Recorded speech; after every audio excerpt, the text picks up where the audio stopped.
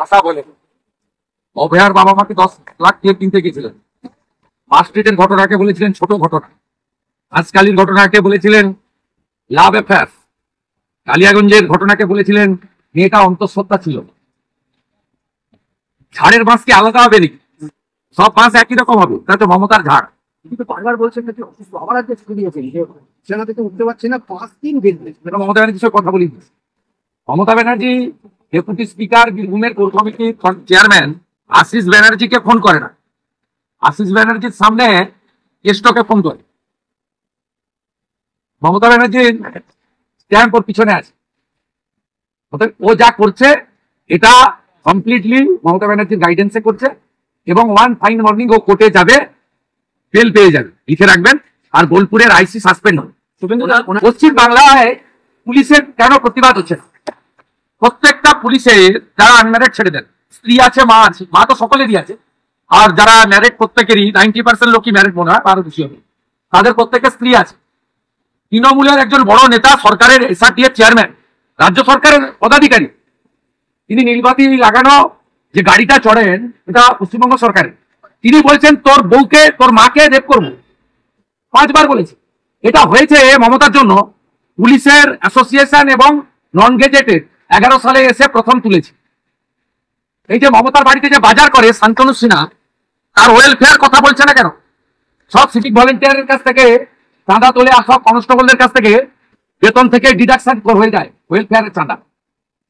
বলছি এটা এআই দিয়ে করা, ভবানী ভবনে ওয়েলফেয়ারের অফিসে আমি যেদিন সুযোগ পাবো গিয়ে তালা লাগিয়ে যায়।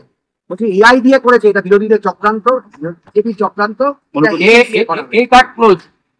তার কারণ এই বিতর্ক তৃণমূল কংগ্রেস নিজেই সমাধান করেছে। সোশ্যাল মিডিয়াতে অনুব্রত মণ্ডলের অডিওকে তারা কন্ডেম করেছে, এবং তৃণমূল কংগ্রেসের কথা মতো মূর্খ অনুব্রত প্রথমে এটি ভুলে ভরা ক্ষমাপত্র লিখেছিলেন। পরে আইপ্যাকের লোকেরা সংশোধিত একটি টাইপ করা ক্ষমাপত্র টাইপ করে দেন, অনুব্রত, মূর্খ অনুব্রত তাতে সই করেন। অর্থাৎ এখন আর ওই অডিও যে কল রেকর্ড তার ফরেন্সিক করার দরকার নেই। তার ফরেন্সিক তৃণমূল প্রথমে করে নিয়ে স্বীকার করে পোস্ট করেছে, আপনারা দেখিয়েছেন। তারপরে ক্ষমাপত্র, 2টো ক্ষমাপত্র একই দিনে, কত 15 মিনিট না 19 মিনিট না কত লিখেছেন আপনারা চ্যানেলগুলো, তার মধ্যেই হয়েছে। অতএব এই চ্যাপ্টারটা ক্লোজ। তো এখন এআই আর আইওআই এসব বলে কিছু হবে না, ম্যাটার ক্লোজ। আমরা 9 তারিখে বোলপুর শহর অচল করবো, আমি থাকবো।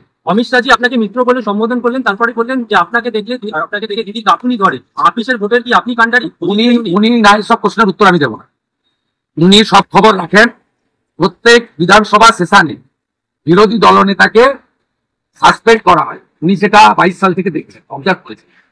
9 তারিখ থেকে বিধানসভা, 9 তারিখে তো অবিচুয়ারি, 10 তারিখে আমি প্রতিবাদ করব, আমাকে তো মুখ আটকাতে পারবে না, আমি আবার পদ্ধতি অনুযায়ী করবো। তো 10 তারিখে আমাকে আবার সাসপেন্ড করবে, আর আমি সাসপেন্ড হওয়ার পরে আমি যাকে হারিয়েছি 1956 ভোটে, তিনি বিধানসভায় আসবেন। আমি যতক্ষণ বিধানসভায় থাকবো ততক্ষণ আমার কাছে হারা হেরো মমতা আসবেন, তাই বলে আমার অসুবিধা। আজকে অমিত শাহ যা বার্তা দিয়ে গেলেন তাতে 2026-এর ভোট আপনারা অনেকটাই উদ্বুদ্ধ, মানে নেতাজি হিন্দুরা, আদিবাসীরা কেউ তৃণমূল কংগ্রেসকে ভোট দেবে না। তৃণমূল কংগ্রেসকে মুসলিমদের একটা বড় অংশ ছাড়া ভোট কেউ দেবে না। আমি আপনাকে লিখে দিয়ে গেলাম, কোন হিন্দু, আদিবাসী তৃণমূল কংগ্রেসকে ভোট দেবে। যারা দুর্গাপূজার বিসর্জনের দিন শ্যামপুর দেখেছেন, যারা কালী পুজোর দিন কলকাতার রাজাবাজার দেখেছেন, যারা লক্ষ্মী পুজোর দিন বজবজায় নোদাখালী দেখেছেন, যারা কার্তিক পুজোর দিন বেলডাঙ্গা দেখেছেন, যারা হরিণঘাটার নগরুগড়া আর যোগমায়া দেবী কলেজে সরস্বতী পুজো বন্ধ হতে দেখেছেন, যারা মোথাবাড়িতে বেছে বেছে হিন্দু ঘর লুট দেখেছেন, যারা ধুলিয়ান শামসেরগঞ্জে হিন্দু শূন্য করার প্রয়াস দেখেছেন, পশু কাটার তরবারিতে হরগোবিন্দ দাস, চন্দন দাসকে জবাই করার দৃশ্য যারা দেখেছেন, যারা রতুয়াতে দুর্গা নগরে 6টা হিন্দু দোকান লুট হতে দেখেছেন, তারা কেউ 26-এর ভোটে মমতা ব্যানার্জিকে ভোট দিতে পারে না। কারণ মমতা ব্যানার্জি 22 জানুয়ারি 2024 রাম মন্দির উদ্বোধনের দিন পারসার কাছে মিছিল করেছেন রাম মন্দিরের বিরুদ্ধে। কোন হিন্দু ভুলে যায়? মমতা ব্যানার্জি 66 কোটি হিন্দু মহাকুম্ভে স্নান করেছেন, মৃত্যু কুম্ভ বলেছেন, কোন হিন্দু ভুলে যায়নি। মমতা ব্যানার্জি 2,33,27,000 বিজেপিকে যারা ভোট দিয়েছে তাদের বলেছে এদের ধর্ম হচ্ছে গন্ধা ধর্ম, আমরা হিন্দু, আমাদের ধর্মকে উনি গন্ধা ধর্ম বলেছে। কেউ ভুলে যায়নি। হিসাব হবে, বদলা হবে। হিন্দুরা একজোট হয়ে ভোট করবে। ব্রাহ্মণ, ক্ষত্রিয়, বৈশ্য, শূদ্র, রামকৃষ্ণ মিশন, ইস্কন, ভাগবত মঠ, ঠাকুর অনুকূল চন্দ্র, বাবা লোকনাথ ব্রহ্মচারী, ভারত সেবাশ্রম সংঘ, আর্য সমাজ সব ঐক্যবদ্ধ হয়ে এবারে ভোট করবে, মমতা বন্দ্যোপাধ্যায়কে হারাবে। হিন্দু শক্তি, সংঘ শক্তি মমতা বন্দ্যোপাধ্যায় এবং তার দলকে হারাবে। কারণ আমরা বাংলাদেশ দেখছি, আমাদের অধিকাংশ লোকের আত্মীয় স্বজন বাংলাদেশে হিন্দু হওয়ার কারণে এক কাপড়ে চলে এসেছে। তার বদলা আমরা নেব। কয়েকদিন আগে যশোরের অভয়নগরে 19টা হিন্দু বাড়ি পোড়াতে আমরা দেখেছি, 10টা মতুয়ার বাড়ি, 9টা বৈষ্ণবের বাড়ি। আমরা ছেড়ে কথা বলবো না। বাটেগা তো কাটেগা, এক रहेगा তো সেফ रहेगा, এই স্লোগানেই 26-এ ভোট হবে। শুধু ইভিএম পর্যন্ত পৌঁছে দেওয়ার দায়িত্বটা ইলেকশন কমিশনকে নিতে হবে, আর গণনায় চুরি করা বন্ধ করতে হবে। তার জন্য যা করার আমরা করছি। আমাদের সঙ্গে প্রধানমন্ত্রী আছেন, স্বরাষ্ট্রমন্ত্রী আছেন, আমরা যা করার করব, আমরা এদের তাড়াব।